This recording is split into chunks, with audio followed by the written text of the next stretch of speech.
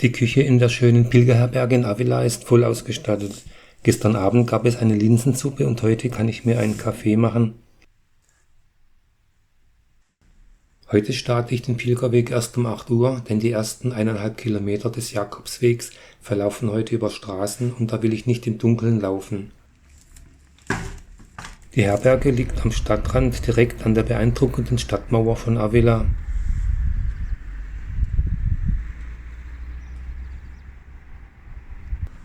Über eine alte Römerbrücke wird der Rio Adaja überquert. Es ist heute Morgen 8 Grad kalt. Avila ist mit 1100 Meter die höchstgelegene Stadt Spaniens. Gerne würde ich meine Handschuhe anziehen, aber die sind ganz unten im Rucksack und so muss es halt ohne Handschuhe gehen. Bald gelange ich zum Aussichtspunkt Mirador Los Cuatro Postes mit einem schönen Blick zurück auf Avila.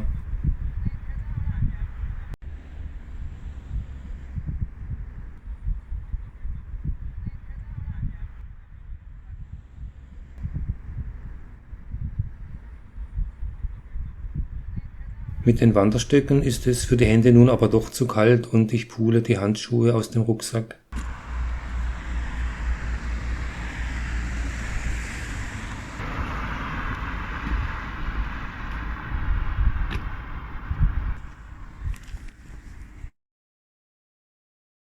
Der Camino de Santiago de Levante verläuft von Valencia nach Zamora. Die 26. Etappe von Avila nach Gottarendura ist 23 Kilometer lang. Bald zweigt der Camino de Levante auf eine wenig befahrene Landstraße ab.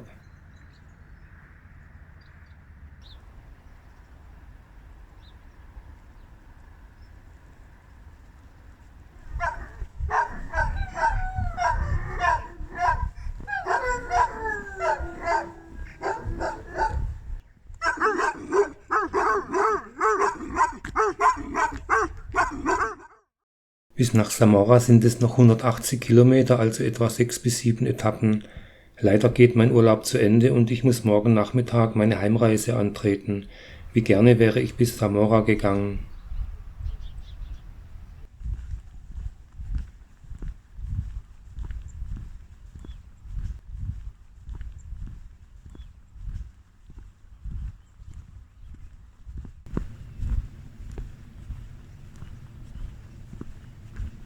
Um 9:30 erreiche ich Narillos de San Leonardo, ein kleiner Ort mit 360 Einwohnern.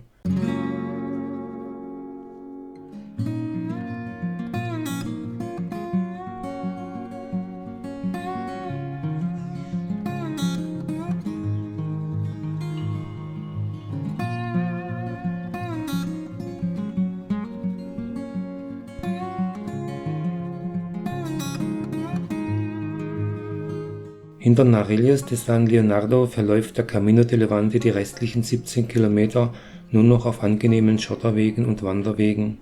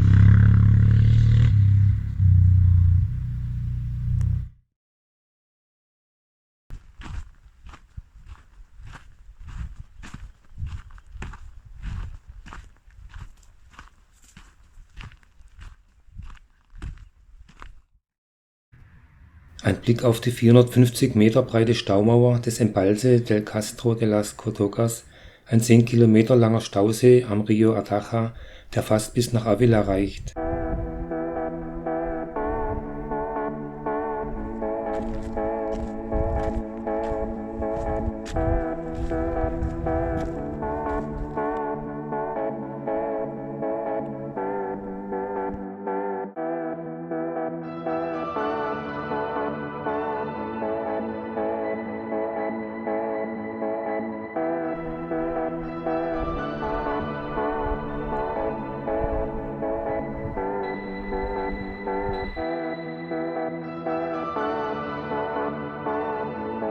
Um kurz vor 12 bin ich in Cardeñosa, die zweite von 3 kleinen Ortschaften auf der heutigen Etappe.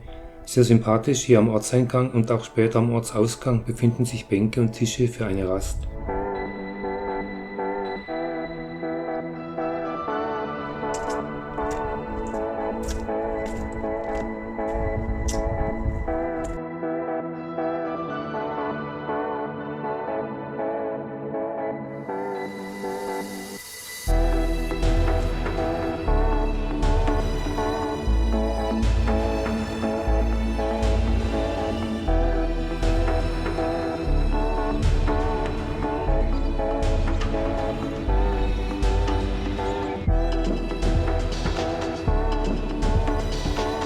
Der Rastplatz am Ortsausgang ist noch schöner als der am Ortseingang, hier mache ich meine Mittagspause.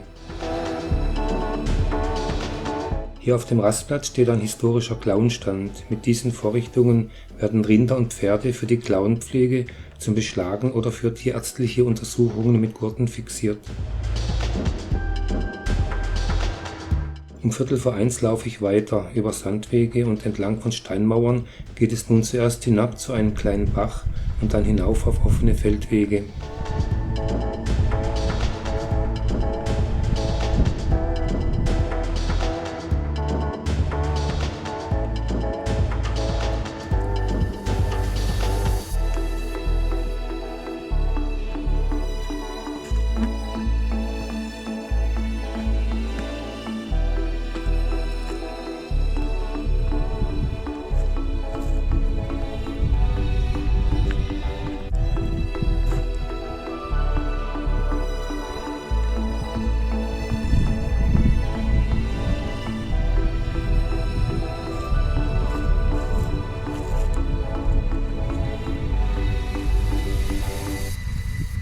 Marc, der Belgier, läuft hinter mir. Er ist deutlich schneller als ich.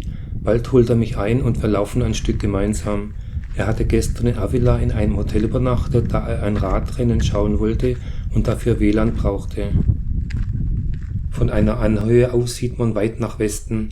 Nachdem der Camino de Levante das iberische Scheidegebirge verlassen hat, geht der Jakobsweg nun wieder ohne nennenswerte Steigungen bis nach Zamora. In 7 Kilometer Entfernung liegt rechts vor dem Wald schon das kleine Cortarenura, wo ich heute übernachten möchte.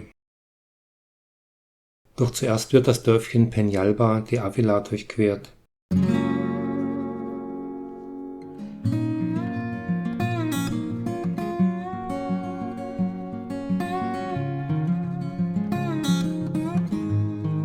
Die letzten 6 Kilometer geht es nun über Schotterwege leicht bergab bis nach Cortarenura.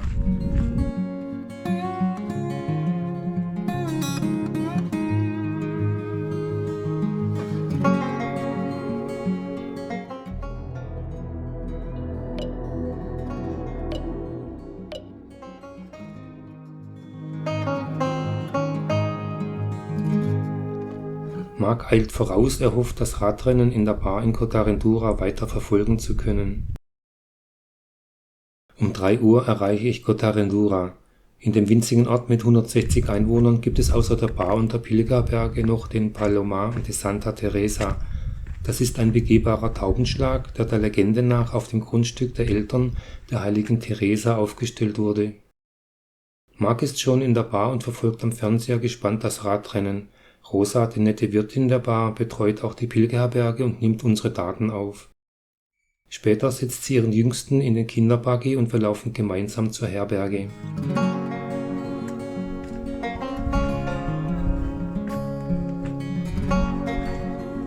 Die Pilgerberge besteht aus einem Aufenthaltsraum, einer warmen Dusche und einem kleinen Schlafraum mit 4 Betten.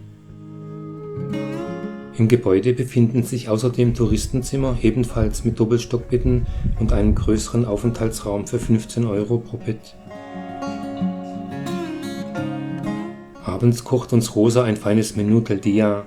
Bei Marc gab es bei der Bestellung ein Missverständnis und er bekommt nur einen Salat und keinen zweiten Gang. Zum Trost serviert ihm Rosa noch ein zweites Eisbecherchen.